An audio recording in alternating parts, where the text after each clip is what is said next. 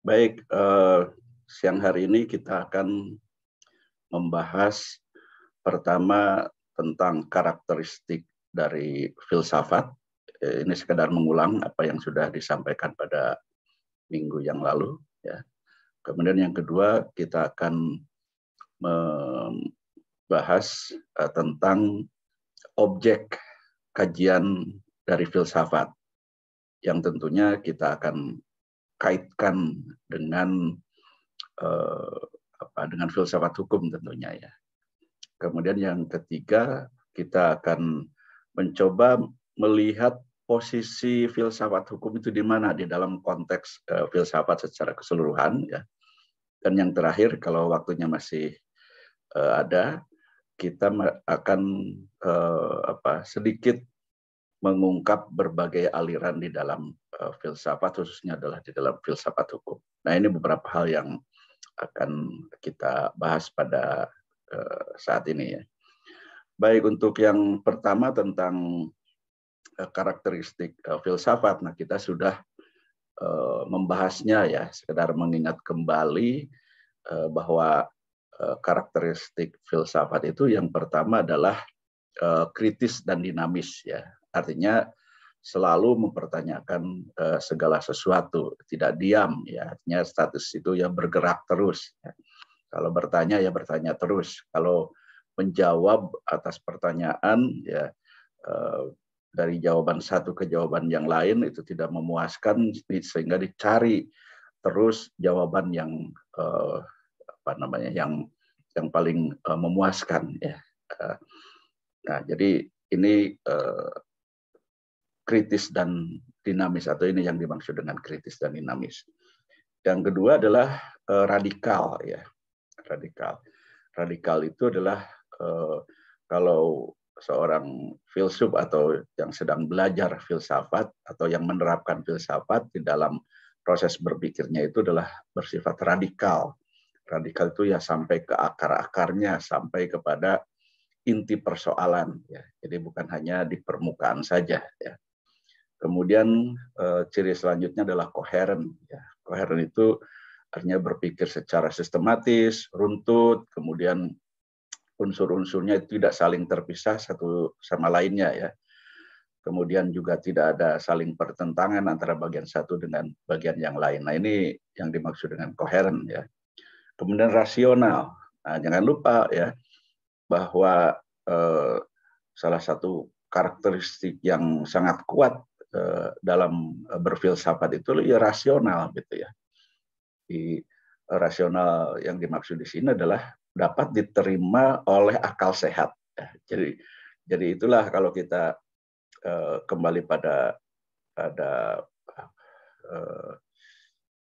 kuliah pendahuluan, ya, tentang sejarah lahirnya filsafat misalnya, ini ada semacam ketidakpuasan atas pola-pola berpikir yang sifatnya ya kalau istilah sekarang itu klinik, ya, klinik. Jadi dari klinik atau dalam pengertian yang lebih kerennya itu adalah mitos, ya. Tidak puas dengan mitos lalu beralih ke logos. Nah, inilah lahirnya filsafat itu, karena kemudian bukan lagi menggunakan mitos tetapi menggunakan logos, ya, yaitu akal sehat, ya. Kemudian berikutnya adalah komprehensif. Komprehensif ini adalah menyeluruh, tidak parsial, ya. Kalau kita menggunakan kamera secara horizontal, ya, misalnya kita selfie, maka yang tertangkap oleh kamera kita itu hanya salah satu bagian saja, ya, tidak menyeluruh. Tapi kalau kita menggunakan drone atau helikopter, gitu, ya, bisa memotret secara keseluruhan. Nah, itu yang dimaksud dengan komprehensif, ya. Nah, jadi secara menyeluruh, tidak parsial. Kalau melihat gajah itu ya bukan hanya lihat kakinya saja, bukan hanya melihat belalainya saja, telinganya saja, tapi secara keseluruhan, gitu, ya. Nah, jadi filsafat itu dalam memandang satu fakta, satu realita itu akan secara komprehensif, akan secara menyeluruh. Ya. Proses berpikirnya itu adalah berpikir secara menyeluruh. Ya.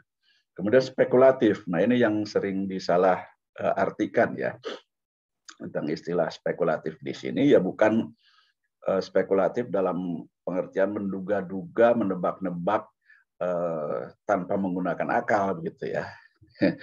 Spekulasi dalam istilah awam itu kan ya hanya tebak-tebakan begitu saja ya. Kalau nggak merah ya putih gitu ya. Koin itu kemudian dilempar ke atas ya kalau nggak gambar yang satunya ya yang satunya lagi kan cuma dua kemungkinan begitu ya. Itu spekulatif semacam itu ya. Tetapi yang dimaksud dengan spekulatif di dalam filsafat hukum itu ya menduga-duga atau menebak-nebak dengan kekuatan akal ya, dengan kekuatan akal yang sehat yang bisa jadi melampaui batas-batas fakta itu gitu ya. Nah, ini salah satu karakteristik yang kuat di dalam filsafat itu sebenarnya adalah pada aspek spekulatif ini ya. Tetapi sekali lagi jangan disalahartikan seakan-akan spekulatif itu adalah berupa tebak-tebakan, berupa menduga-duga tanpa tanpa kekuatan akal gitu ya. Justru sebaliknya ya. Nah, kemudian salah satu yang paling menonjol juga di dalam filsafat itu adalah bersifat bebas. Berpikirnya itu bebas tanpa ada kungkungan apapun gitu ya. Tidak terikat pada kekangan sosial, tidak terikat pada kekangan politik, tradisi, agama ya. Nah, tetapi bebas ya. Nah, jadi seorang yang berpikir filsafat itu ya ketika ada tetangganya atau kerabatnya melanggar hukum misalnya gitu ya. Nah, orang yang berpikir bebas itu dia tidak akan tidak akan terpengaruh oleh posisinya sebagai tetangga, posisinya sebagai kerabat gitu ya. Apalagi misalnya ketika dihadapkan pada fakta-fakta atau kasus-kasus politik misalnya. Nah, seorang yang berpikir secara filosofis itu tidak akan terpengaruh. Oh, ini kan menyangkut partai besar misalnya gitu ya. Oh, ini menyangkut tokoh politik yang besar sehingga proses berpikirnya pun juga takut-takut kalau bertentangan dengan kehendak partai besar, kehendak tokoh-tokoh besar misalnya itu ya. Nah, itu bukan filosofis ya. Berpikir semacam itu. Jadi kalau berpikir secara filosofis bebas saja ya, tidak terkungkung dengan kekangan-kekangan politik, kekangan-kekangan sosial, tradisi ya. Ketika kita memandang misalnya fakta adanya pawang hujan misalnya begitu ya. Nah, kita tidak takut-takut untuk menyatakan apakah itu sesuatu yang benar ataukah tidak gitu ya. Kita tidak takut kalau kita menyalahkan adanya pawang hujan itu lalu takut dikritik oleh masyarakat, takut dikucilkan oleh masyarakat dan lain sebagainya ya. Apalagi misalnya juga kekangan agama gitu ya. Waduh, ini kan si pelaku kejahatan itu kan seorang guru ngaji misalnya yang patut dihormati gitu ya. Nah, sehingga sudahlah menurut pandangan filosofis ya adil kalau si guru ngaji yang bersangkutan itu tidak perlu dihukum misalnya itu. Nah, itu artinya terkungkung oleh status-status di dalam masyarakat, baik status sosial, status politik, tradisi maupun status keagamaan. Nah, itu bukan ciri dari berpikir filsafati ya. Karena ciri berpikir filsafati itu ya bebas ya. Tidak terikat, tidak terkungkung oleh semua itu ya. Tetapi bukan berarti tidak mempertimbangkan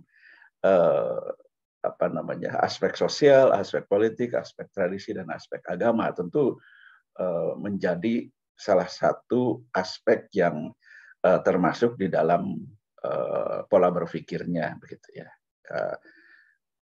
Jadi tidak mengabaikan fakta-fakta, tetapi dalam mengambil keputusan, dalam mengambil posisi tertentu, dia tidak terpengaruh oleh semua itu. Nah, itu sekedar mengulang kembali tentang karakteristik dari filsafat, ya, termasuk juga filsafat hukum tentunya, gitu ya. Nah, kemudian kita beralih kepada objek kajian dari filsafat, ya. Jadi apa sih yang dikaji oleh filsafat, ya? Apa sih yang dikaji oleh filsafat hukum misalnya, gitu ya? Apa saja aspek-aspek yang dikaji oleh filsafat hukum tersebut, ya? Nah, ini akan kita bahas, ya. Yang pertama, yang menjadi objek kajian dari filsafat itu adalah tidak lain, yang pertama adalah objek materialnya, ya, objek materialnya. Objek material dari filsafat itu apa? Kemudian nanti kita konekkan, kita kaitkan dengan objek kajian filsafat hukum itu apa. Baik, objek material dari filsafat itu adalah segala yang ada. Ya. Segala yang ada. Segala yang ada itu apa? Ya, segala sesuatu yang sudah ada, ya. Segala sesuatu yang akan ada, atau segala sesuatu yang mungkin ada. Nah, jadi yang ada ini bisa yang sudah ada, jadi sekarang wujudnya itu sudah ada, gitu ya. Kemudian yang akan ada, sekarang belum ada, tapi dalam waktu dekat, dalam waktu yang tidak lama lagi, pasti akan ada. Nah, itu kelompok kedua dari apa yang disebut ada, ya. Jadi yang akan ada. Tapi yang ketiga, sesuatu yang mungkin ada. Ya. Artinya sekarang belum ada, ya. Belum juga ada, katakanlah kalau berupa hukum itu belum ada draft undang-undangnya, gitu ya. Tapi sangat dimungkinkan di masa depan itu mungkin ada, ya, akan berwujud. Ya. Nah, saya baru saja ditelepon oleh teman dosen di informatika, ya, di prodi informatika, yang mengabarkan bahwa ada pesan dari suatu perusahaan besar di bidang teknologi informasi yang menyebut saya itu merupakan salah satu pengajar, ya, salah satu pengajar sistem informasi, ya. Nah, saya tidak menyebutkan nama perusahaannya, ya. Nah, konon itu atas permintaan saya, begitu. Dan ada dua teman lagi, gitu ya, dua teman lagi. Jadi yang dua itu saya dan teman dari Fakultas Hukum, yang lain kemudian satu lagi dari Fakultas Ilmu Agama Islam, ya. Nah, oleh perusahaan tersebut dinyatakan bahwa saya dan dua profesor itu merupakan pengajar dari perusahaan sistem informasi yang bersangkutan, ya. Nah, ini kok bisa terjadi begitu, ya? Padahal saya merasa tidak pernah mengajukan diri sebagai staf pengajar atau dosen atau apa istilahnya itu instruktur di sebuah perusahaan informatika yang sangat besar, gitu ya.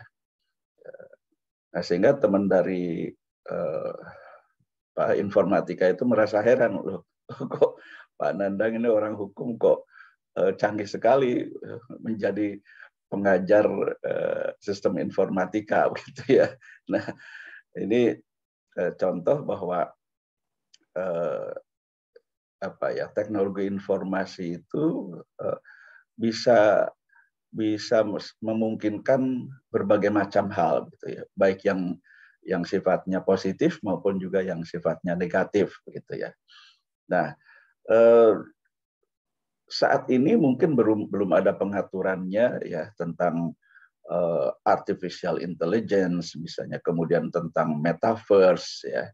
Tapi di masa-masa yang akan mungkin saja ada gitu ya. Mungkin saja ada. Nah, ini yang salah satunya menjadi objek kajian dari filsafat atau filsafat hukum khususnya gitu ya.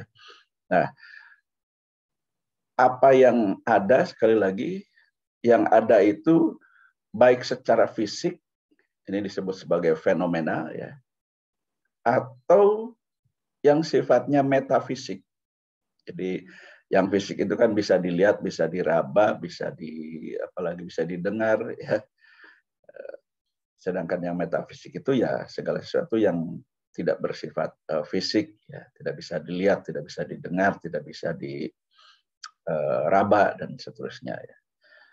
Nah, jadi baik yang fisik maupun yang non fisik atau segala sesuatu yang sifatnya fenomena dan nomena ya, itu bisa menjadi objek kajian filsafat ya. Nah, jadi ini bahan atau objek materialnya dari filsafat. Nah, tadi kalau kita kaitkan dengan hukum misalnya, apa sih yang ada itu gitu ya. Yang ada itu adalah yang sudah ada sekarang, artinya dengan menyebutkan berbagai undang-undang ya, misalnya undang-undang tentang perlindungan konsumen, undang-undang tentang alternatif penyelesaian sengketa dan arbitrase ya, undang-undang perkawinan, artinya itu adalah berbagai undang-undang yang sudah ada ya, atau berbagai peraturan pemerintah ataupun juga peraturan menteri ya. Nah, itu adalah yang disebut sebagai sesuatu yang sudah ada ya, atau dalam bidang hukum ya hukum yang sudah ada, yang sekarang ada ya. Nah, kemudian yang akan ada apa ya, lihat saja hukum apa yang akan ada. Akan ada di sini pengertiannya adalah bahwa sudah ada tanda-tanda ya bahwa suatu undang-undang itu akan keluar, akan disetujui gitu ya. Nah, mengapa demikian? Ya sudah ada draftnya. Draftnya itu sudah sampai DPR misalnya gitu ya. Atau sudah ada di tangan presiden ya, untuk diserahkan kepada DPR misalnya. Nah, itu kan sesuatu yang akan ada ya. Karena melihat tanda-tanda akan adanya ya, akan keberadaannya ya, yaitu dengan melihat draftnya ya, draft undang-undangnya ya. Nah, silakan diidentifikasi undang-undang yang akan ada itu undang-undang tentang apa ya. Nah, ini ya. Yang sekarang draftnya sudah ada ya. Apakah undang-undang tentang kekerasan seksual itu sudah ada atau belum? Nah, kalau belum berarti kan akan ada karena draftnya itu sudah cukup lama beredar ya. Konon tinggal merevisi beberapa pasal atau beberapa ayat yang masih menimbulkan pro dan kontra ya. Tapi itu wujud draftnya itu sudah bisa kita dapat ya. Nah, ini artinya sesuatu yang akan ada, hukum yang akan ada atau undang-undang yang akan ada ya. Nah, yang ketiga hukum yang mungkin ada. Nah, tadi saya cerita tentang sistem informasi ya. Saya istilahnya itu mengenal saja istilah tersebut enggak gitu ya, apalagi menjadi pengajar. Wah, hebat sekali saya kalau bisa menjadi pengajar apa namanya IT yang sangat canggih gitu ya. Nah, tapi itu kan eh, tidak tahu dari mana asalnya kok saya bisa dimasukkan sebagai salah satu pengajar di perusahaan atau salah satu trainer di dalam perusahaan IT yang sangat besar gitu ya. Nah ini ada apa ya? Apakah ada orang yang menggunakan akun email saya gitu ya? Atau kemungkinan saya salah mereply email begitu ya? Atau bagaimana? Yang jelas saya tidak secanggih itu kira-kira begitu ya. Nah ini. Yang kedua, sekarang di dunia maya itu juga ada dunia maya lain gitu ya.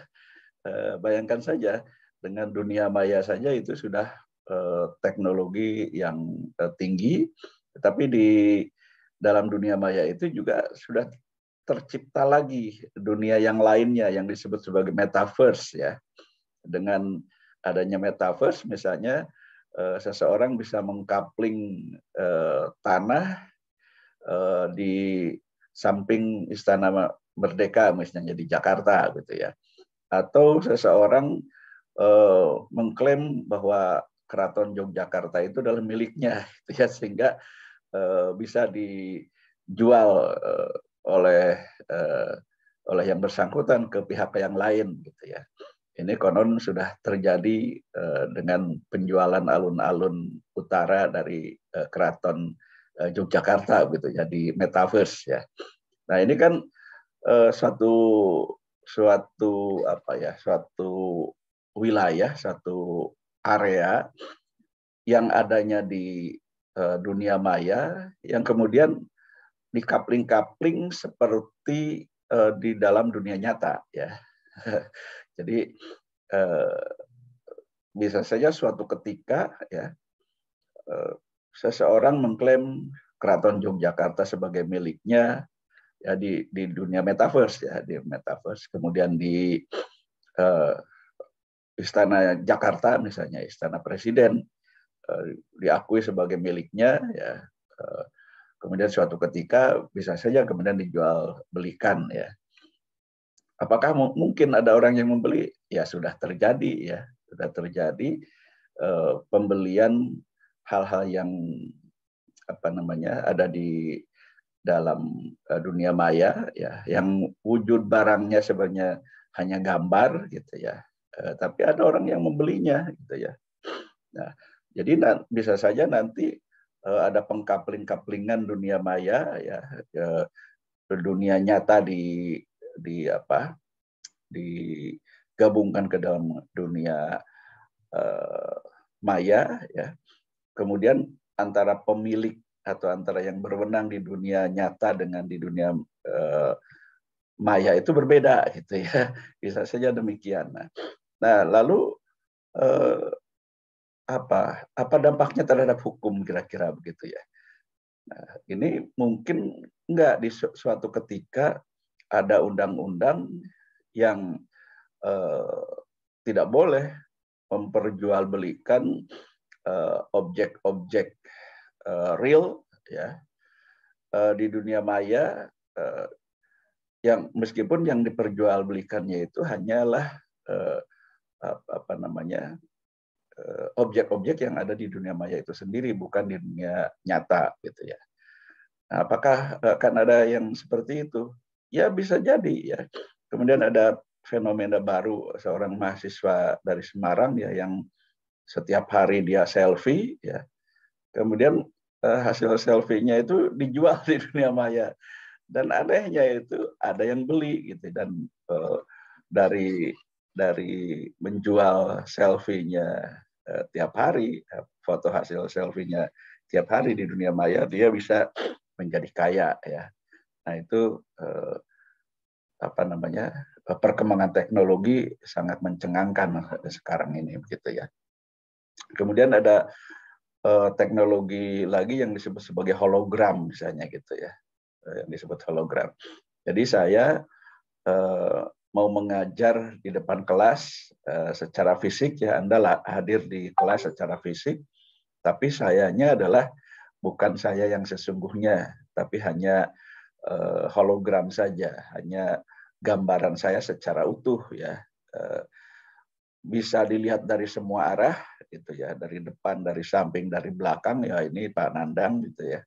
Tetapi tidak bisa disentuh gitu ya, tidak bisa disentuh karena fisiknya tidak ada di situ, hanya bayangannya saja, hanya gambarnya saja gitu ya. Tapi gambarnya itu sangat real ya, sangat mendekati realitas ya. Nah, itulah perkembangan teknologi. Nah, apakah dimungkinkan suatu ketika ada hukum yang berkaitan dengan teknologi hologram ini, karena dimungkinkan seseorang itu akan menggunakan hologram dirinya untuk kepentingan-kepentingan yang yang jahat begitu ya. Nah, begitu juga ada orang lain yang menggunakan hologram orang lain gitu ya, untuk kepentingan-kepentingan yang jahat ya. Nah, bagaimana ini hukum bisa mengantisipasi perkembangan-perkembangan teknologi begitu ya.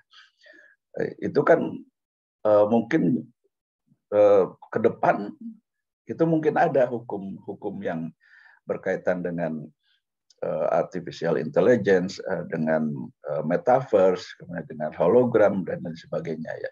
Nah, sekarang kan baru ada tahapan penggunaan teknologi untuk pembelajaran secara online ya, seperti sekarang yang disebut sebagai pembelajaran daring ya. Nah, ini kan juga merupakan perkembangan teknologi yang dulu mungkin belum terfikirkan ya, atau sudah terfikirkan dulu tetapi betul-betul dipraktekkan saat ini ya.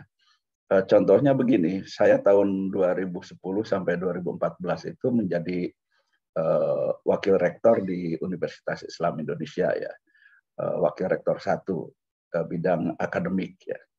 Waktu itu universitas atau rektor dengan saya sebagai wakil rektor dan wakil-wakil rektor yang lain serta para dekan itu menyepakati untuk melaksanakan kuliah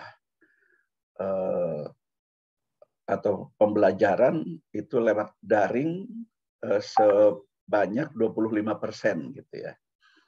Jadi yang 75% secara fisik ya, yang 25% daring ya. Tapi waktu itu belum ada teknologi seperti sekarang Zoom ya, yang sangat murah. Dulu itu untuk bisa menyelenggarakan perkuliahan semacam ini atau menggunakan teknologi telekonferensi ya, telekonferensi. Jadi konferensi jarak jauh gitu ya. Dan peralatannya itu cukup mahal ya, cukup mahal. Waktu itu untuk bisa telekonferensi, untuk bisa bertemu tatap muka secara online begini itu mahal ya, mahal. Peralatannya mahal ya. Mahkamah Konstitusi punya program kerjasama dengan berbagai universitas ya, agar persidangan-persidangan yang ada di Mahkamah Konstitusi itu bisa ditayangkan langsung di berbagai tempat ya, termasuk di berbagai universitas ya, agar bisa menjadi pembelajaran ya. Nah, untuk bisa telekonferensi dengan Mahkamah Konstitusi, maka disediakan peralatan yang sekali lagi itu sangat mahal ya.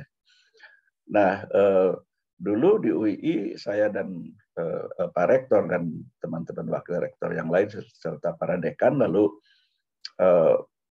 membicarakan adanya ketentuan bahwa dosen diperkenankan untuk melakukan kuliah secara daring ya, secara online ya, meskipun waktu itu mahal peralatannya, tetapi universitas menyediakan peralatan tersebut ya. Tetapi hanya sedikit saja yang menggunakannya gitu ya. Hanya sedikit saja. Terutama adalah dosen-dosen dari prodi informatika, mereka yang banyak menggunakan itu, menggunakan teknologi telekonferensi seperti itu ya. Tapi dari fakultas-fakultas lain, dari fakultas hukum, ya hampir tidak ada yang menggunakannya, gitu ya. Nah, tetapi ternyata ketika COVID-19 datang, gitu ya, semua lalu dalam tanda petik ya terpaksa menggunakan teknologi Zoom ya. Untung saja teknologi Zoom itu tidak semahal teknologi yang sebelumnya, yaitu lewat peralatan-peralatan telekonferensi gitu ya. Bahkan sekarang itu kan hanya lewat handphone saja sudah bisa jalan tuh kuliah gitu ya. Anda berada di mana saja juga bisa mengikuti perkuliahan ya. Kalau dulu itu sulit ya, sulit. Nah, sekarang jadi sudah memungkinkan.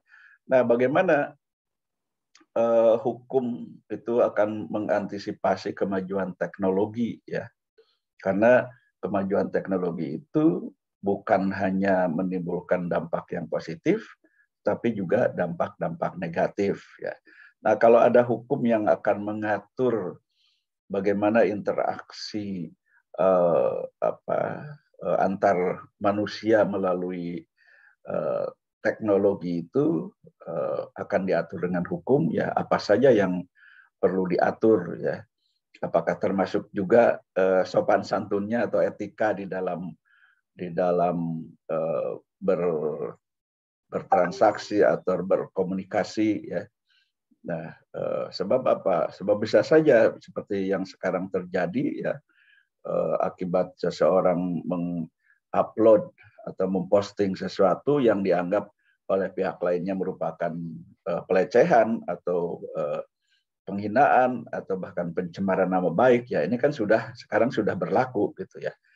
Apalagi kemajuan-kemajuan teknologi yang akan datang saya kira lebih dahsyat lagi, yang semuanya juga memerlukan pensikapan dari hukum, dari aspek hukum ya. Nah, sehingga dimungkinkan di masa depan hukum yang berlaku itu tidak seperti sekarang lagi gitu ya. Sudah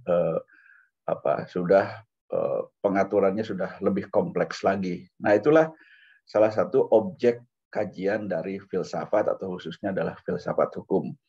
Jadi berbicara tentang objek kajian filsafat ya, dan khususnya kita kaitkan dengan filsafat hukum itu adalah apa saja yang ada dalam pengertian hukum yang ada, hukum yang akan ada, atau hukum yang mungkin ada ya.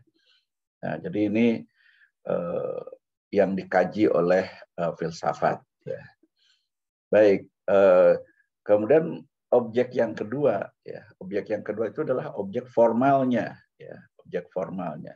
Kalau tadi objek material, tapi yang kedua adalah objek formalnya. Apa itu? Ya, objek formal itu tidak lain adalah cara pandang ya. Cara pandang seseorang terhadap yang ada tadi ya. Cara pandang seseorang terhadap fenomena dan nomena. Ya. Kalau dalam bidang hukum, cara pandang seseorang terhadap hukum yang ada, terhadap hukum yang akan ada, dan terhadap hukum yang mungkin ada, gitu ya. Nah, jadi ini objek formal itu tidak lain adalah bagaimana orang metode berpikir seseorang dalam memandang sesuatu yang ada. Ya. Dalam bidang hukum, bagaimana seseorang berpikir tentang hukum yang ada, ya, tentang hukum yang akan ada, dan tentang hukum yang mungkin ada. Ya. Nah, jadi ini tentang objek kajian filsafat. Ya. Nah, kemudian berikutnya yang akan kita bahas itu adalah di mana posisi filsafat hukum, kan begitu ya. Jadi Jadi dalam perkuliahan ketiga ini kita harus bisa menemukan posisi filsafat hukum itu di mana ya. Dari perkuliahan pertama dan kedua kita masih membicarakan filsafat secara umum ya, termasuk juga karakteristiknya dari filsafat tersebut ya. Meskipun saya dalam mengemukakan contoh-contoh juga adalah contoh-contoh di bidang hukum gitu ya. Tapi mari kita lihat dulu untuk melihat posisi filsafat hukum itu di mana ya, maka kita harus memahami terlebih dahulu pembidangan dari filsafat ya. Filsafat apa saja yang dikenal ya, bidang apa saja yang menjadi kajian dari filsafat ya.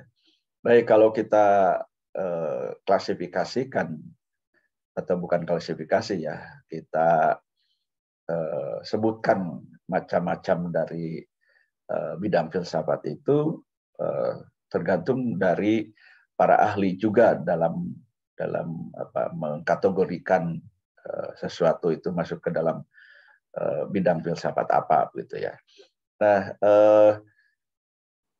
satu ahli yaitu Profesor Jujun S. Surya Sumantri yaitu menyatakan bahwa pembidangan filsafat itu ada yang disebut sebagai epistemologi ya, atau filsafat ilmu pengetahuan ya. Kemudian juga ada filsafat etika ya.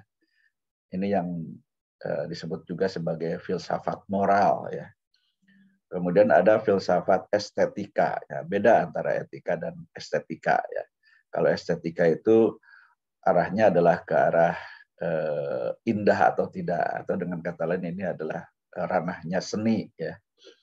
Kemudian metafisika ya. Metafisika segala sesuatu yang di luar fisik, nah itu disebut sebagai metafisika ya. Kemudian ada filsafat politik ya. Ini atau bisa juga disebut sebagai filsafat pemerintahan ya. Ada filsafat agama, nah ternyata ada juga filsafat agama. Kemudian ada filsafat ilmu, ya. Ada filsafat pendidikan, ada filsafat sejarah. Ternyata juga matematik pun juga ada filsafatnya, ya. Ada filsafat matematika, ya. Dan ada filsafat hukum, ya. Nah, disinilah kita menemukan bahwa filsafat hukum itu hanyalah merupakan salah satu bidang dari filsafat. Ya. Jadi sekali lagi bahwa filsafat hukum itu hanyalah merupakan salah satu bidang dari filsafat. Ya. Nah, jadi di antara filsafat epistemologi, etika, estetika, politik, filsafat ilmu dan lain-lain ya, di situ ada filsafat hukum. Nah, jadi sudah ketemu ini dari pembidangan filsafat menurut salah satu ahli ya. Tapi ahli yang lain mungkin berbeda lagi gitu ya. Di mana sesungguhnya letak filsafat hukum ya. Ada yang bisa ditemukan secara implisit ya, tetapi juga ada yang eksplisit ya.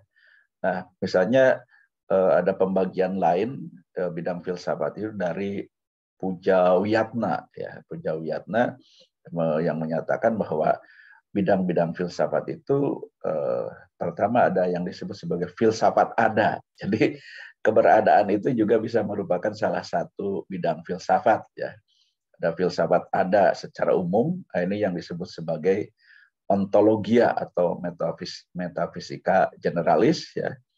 Kemudian ada juga yang disebut sebagai filsafat ada yang mutlak ya. Nah, ini masuknya ke dalam teologia. Theo itu kan Tuhan ya, logia itu ilmu ya, jadi ilmu ketuhanan ya. Nah, jadi ilmu ketuhanan pun juga ada filsafatnya ya, tapi masuk ke dalam kategori filsafat yang mutlak. Ya. Kemudian ada filsafat alam ya, ini yang disebut sebagai kosmologia. Ya. Kemudian ada juga filsafat manusia. Nah, ini cukup menonjol juga tentang filsafat manusia ini yang disebut sebagai antropologia. Ya.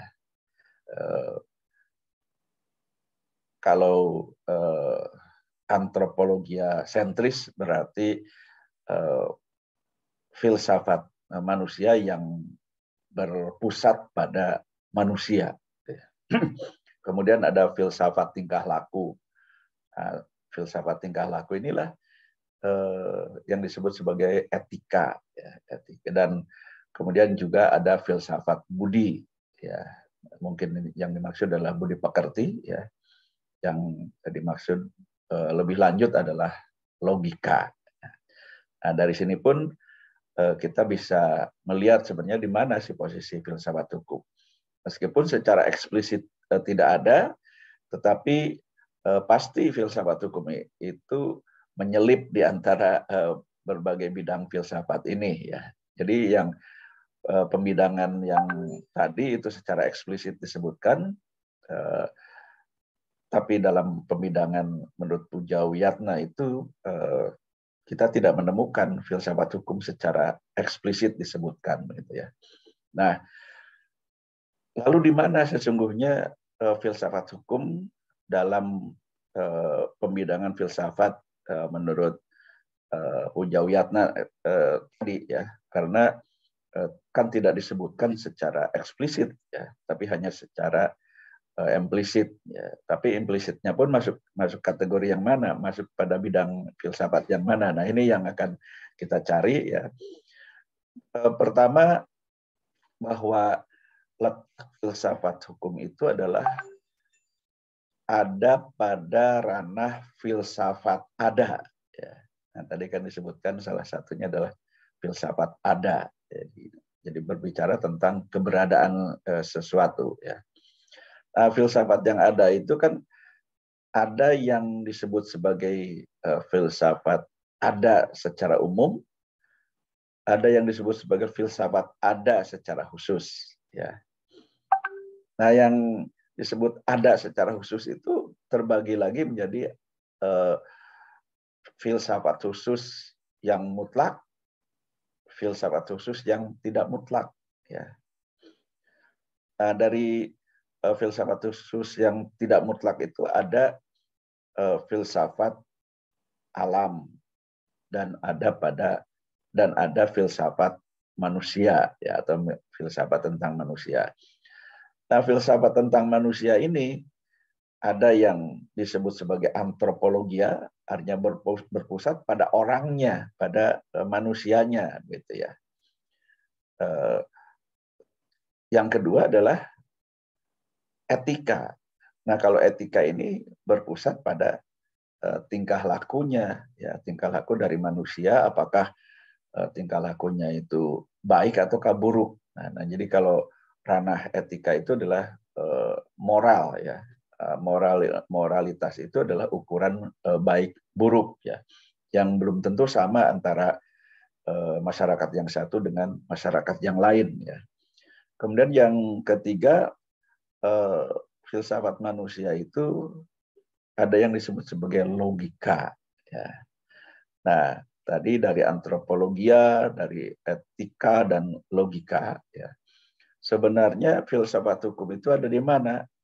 Nah, ternyata jika dilihat dari pembagian filsafat pada umumnya yang kemudian menempatkan filsafat hukum sebagai bagian, bahkan bagian yang kecil dari bidang yang lebih besar, gitu ya. Ternyata ada pada filsafat manusia tentang etika, ya, atau filsafat etika atau filsafat moral, ya. Nah, disitulah letaknya filsafat hukum, ya. Nah, tentu Anda bisa mencari sumber-sumber yang lain untuk menemukan posisi filsafat hukum itu di mana, gitu ya. Nah, sekarang kita sudah mengetahui posisi filsafat hukum itu paling tidak dari dua pembagian tadi, ya. Dari pembagian yang pertama itu, filsafat hukum itu merupakan salah satu bidang yang secara eksplisit disebutkan, ya. Tetapi Yang kedua, ya, filsafat hukum itu tidak disebutkan secara eksplisit, ya, tetapi implisit, artinya termasuk dalam kategori pembidangan filsafat yang lain, yaitu filsafat ada yang bersifat khusus, yang tidak mutlak, yang mengkaji tentang manusia, yang khusus berkaitan dengan etika, ya, atau dengan moral. Dengan demikian filsafat hukum itu tidak bisa lepas dari filsafat etika atau moral, ya, tentang baik buruk, tentang benar salah menurut kelompok masyarakat tertentu, gitu ya. Nah, jadi ini saya kira sudah ketemu, ya, tentang posisi dari filsafat hukum, ya. Nah, lalu apa filsafat hukum itu, ya? Nah, tentu saja secara umum bisa saja Anda katakan ya filsafat hukum itu ya filsafat yang berkaitan dengan hukum, gitu ya. Tetapi tentu saja dari berbagai literatur Anda bisa menemukan definisi-definisi dari para ahli, ya. Ada yang mengatakan bahwa filsafat hukum itu ya filsafat khusus yang dikenakan pada objek tertentu, yaitu hukum, ya. Ada juga yang mengatakan filsafat hukum itu adalah cabang dari filsafat etika atau moral. Nah, tadi dalam pembagian yang kedua, filsafat hukum itu dimasukkan ke dalam filsafat etika, ya. Kemudian ada juga yang menyatakan bahwa filsafat hukum itu mempertanyakan hal-hal yang mendasar dari hukum, ya, yakni hakikat hukum, dasar-dasar mengikatnya hukum, dan juga mengapa orang mentaati hukum dan lain sebagainya, ya. Nah, jadi silakan saja Anda mau memakai definisi yang mana, ya monggo, gitu ya. Mau yang paling simpel, yaitu filsafat khusus yang dikenakan pada objek hukum, gitu ya, atau mau yang lebih lebih complicated lagi, ya, lebih kompleks lagi, yaitu filsafat hukum mempertanyakan hal-hal yang mendasar dari hukum, ya, yakni hakikat hukum. Jadi apa hakikat atau esensi dari hukum, ya, bagaimana dasar-dasar mengikatnya hukum, ya. Kemudian mengapa orang mentaati hukum. Nah, itu filsafat hukum, ya. Nah, silakan juga dikaji lebih dalam lagi tentang pembidangan filsafat tersebut dan termasuk juga filsafat hukum, ya. Nah, yang terakhir yang ingin saya sampaikan adalah tentang tentang yang kedua, ya, objek formalnya, ya, objek formal dari kajian filsafat hukum itu tidak lain adalah cara berpikir seseorang terhadap hukum, kan begitu, ya. Nah, dari cara berpikir orang terhadap hukum atau bagaimana orang memandang hukum itu tentu akan menghasilkan pemikiran-pemikiran filsafat yang berbeda-beda, ya. Nah, untuk itu dikenal adanya beberapa aliran, ada beberapa aliran pemikiran dari filsafat hukum ini. Misalnya adalah pertama, aliran yang disebut sebagai aliran filsafat hukum alam, ya. Aliran filsafat hukum alam ini ada dua varian, ya. Jadi varian yang pertama itu seseorang berpikir bahwa hukum itu ya berasal dari alam. Alam itu yang dimaksud adalah dari Tuhan, ya. Dari Tuhan. Jadi hukum itu sebenarnya adalah apa yang diperintahkan oleh Tuhan, apa yang dilarang oleh Tuhan, ya, untuk seluruh umat manusia, yaitu hukum alam. Jadi dengan demikian hukum alam itu pada bentuk awalnya sifatnya adalah religius, ya, karena menganggap bahwa hukum itu semuanya ya dari Tuhan, gitu ya. itu hukum alam. Ya. Tapi hukum alam itu kemudian disekularisasi, ya, akhirnya dipisahkan dengan agama, ya, bahwa hukum yang dimaksud hukum alam itu adalah sebenarnya adalah hukum akal sehat, ya, hukum hukum rasio manusia, ya. Nah, mengapa kemudian ada semacam perubahan, ya, dari hukum alam yang sifatnya religius menjadi hukum alam yang sifatnya sekuler, ya. Nah, ini persoalan filsafat berikutnya yang bisa kita gali, ya. Nah, kemudian aliran filsafat hukum yang lain adalah filsafat hukum positivisme, ya. Nah, apa itu positivisme? Ya, bahwa hukum itu dibuat oleh pihak yang berwenang, ya. Kemudian mempunyai aturan, mempunyai sistem aturan atau norma, kemudian dilengkapi juga dengan dengan sanksi, ya. Nah, jadi hukum yang tidak memenuhi karakteristik seperti itu ya bukan disebut sebagai hukum, gitu, ya. Nah, ini positivisme, ya. Nah, kemudian yang ketiga atau yang berikutnya adalah aliran filsafat hukum historis, ya. Jadi bagaimana asal mula sebuah ketentuan hukum, sebuah undang-undang misalnya, kok bisa seperti ini, gitu, ya. Kok bisa di Yogyakarta itu gubernur itu hanya boleh dijabat oleh keluarga keraton misalnya, gitu, ya. Nah, dilihat dari aliran hukum alam, baik hukum alam yang sifatnya religius maupun yang sifatnya sekuler, ya, tidak ketemu, ya. Karena apa? Karena menurut hukum alam, ya, yang namanya gubernur itu bisa dijabat oleh siapa saja yang memenuhi persyaratan. Jadi bukan hanya dari keluarga keraton saja tentunya. Nah, tetapi dari sisi historisnya, ya, jadi ada sesuatu di balik kenyataan sekarang ini, yaitu aspek historis, ya. Nah, kemudian yang ketiga ada juga aliran utilitarianisme, ya. Aliran utilitarianisme itu adalah aliran hukum yang orientasinya itu pada kemanfaatan hukum terhadap orang banyak, ya. Bagaimana hukum itu bisa menciptakan sesuatu kondisi yang bermanfaat, yang berguna bagi orang kebanyakan. Semakin banyak orang yang bisa memanfaatkan dengan baik sesuatu ketentuan hukum, maka semakin baik. Nah, itulah utilitarianisme, ya. Kemudian ada lagi aliran yang lain adalah aliran realisme, ya. Kalau realisme itu yang disebut hukum itu ya hakim, ya jaksa, ya polisi, gitu, ya.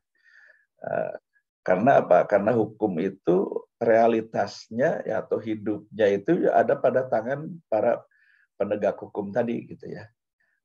Seseorang yang jelas-jelas membunuh, ya, dari jarak dekat menembak tersangka atau terdakwa, ya, dan kemudian perilakunya itu terbukti benar, ya, tetapi kemudian hakim menyatakan bahwa itu dilakukan, ya, pembunuhan itu dilakukan untuk membela diri. Akhirnya kemudian terdakwa itu dibebaskan. Nah, jadi ini contoh, ya, contoh bagaimana penerapan dari pemikiran-pemikiran hukum di dalam realitas. Jadi di dalam KUHP mungkin saja bahwa seseorang yang terbukti melakukan pembunuhan akan dihukum paling lama 20 tahun misalnya. Dan kalau itu bersifat kejahatan atau pembunuhan berencana, maka bisa dihukum sampai hukuman mati misalnya, gitu, ya. Nah, tetapi ini kan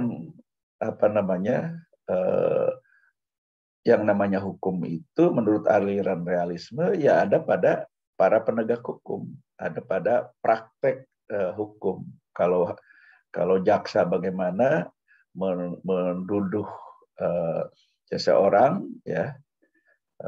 Kalau pengacara bagaimana, kalau hakim bagaimana dalam menyikapi satu fakta yang sama.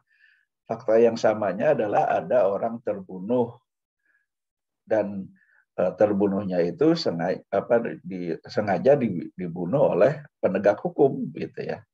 Nah, faktanya itu sama, gitu ya. Tapi bagaimana si pengacara berusaha untuk membela si pembunuh tadi, gitu ya, dengan mengatakan bahwa itu kan untuk bela diri, gitu ya, sehingga dengan kepepet lalu sejumlah yang disebut sebagai tersangka atau terduga atau si pelaku, dalam tanda petik pelaku yang dituduh melakukan kejahatan itu, ya, lalu kemudian ditembak mati, ya. Nah, tetapi perilakunya itu adalah untuk membela diri. Nah, itu pandangan dari sudut realisme si pengacara, ya. Kemudian dari si jaksa, ya, menuntut bahwa si pelaku itu dihukum seberat mungkin, ya, katakanlah 20 tahun atau bahkan bisa saja hukuman mati, gitu ya. Tapi kemudian si hakim berpendapat yang lain, yang menjembatani kedua-duanya, meskipun itu dalam pandangan masyarakat sekarang itu kurang tepat, begitu ya. Tapi realitasnya hukum itu ada pada hakim, ya. Menurut hakim, ya, perbuatannya itu memang terbukti, ya, tetapi karena perbuatannya itu dilakukan untuk membela diri, lalu ada klausula untuk membebaskan para pelaku pembunuhan yang kebetulan atau bukan kebetulan, ya, yang memang status mereka adalah para penegak hukum, ya. Nah, jadi ini memandang fakta yang sama, tapi dengan pola pikir yang berbeda-beda tentu akan menghasilkan sesuatu yang berbeda pula. Kalau tertembaknya si tersangka atau terduga, gitu ya, pelaku kejahatan itu yang melihatnya itu adalah, atau yang memandangnya itu adalah dari aliran positivisme misalnya, karena si penegak hukum yang melakukan penembakan terhadap para tersangka atau para terduga itu bunyi KUHP-nya memang demikian, ya, lalu harus dihukum sesuai dengan bunyi undang-undang. Nah, itu positivisme, ya. Tapi dari pihak lain memandang dari sisi yang lain pula, ya, dari sudut pandang realisme, ya, bagaimana pengacara memandang kasus tersebut, bagaimana hakim memandang kasus tersebut, ya. Nah, secara utuh bahwa hukum itu akhirnya sangat tergantung dari para penegak hukum itu sendiri. Nah, itulah realismenya. Jadi sekali lagi, mungkin saja satu fenomena tertentu, satu nomena tertentu dipandang dari berbagai aliran filsafat hukum akan menghasilkan suatu keputusan atau suatu putusan yang berbeda-beda pula.